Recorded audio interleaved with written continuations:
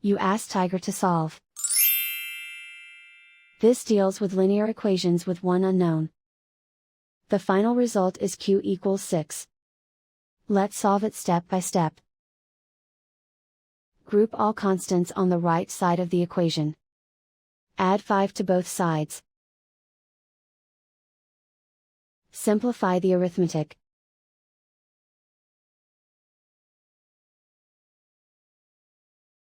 Isolate the q.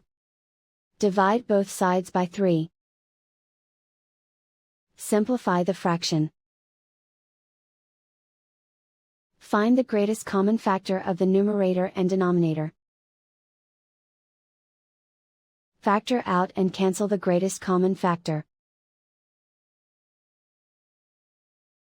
And so the final result is q equals 6.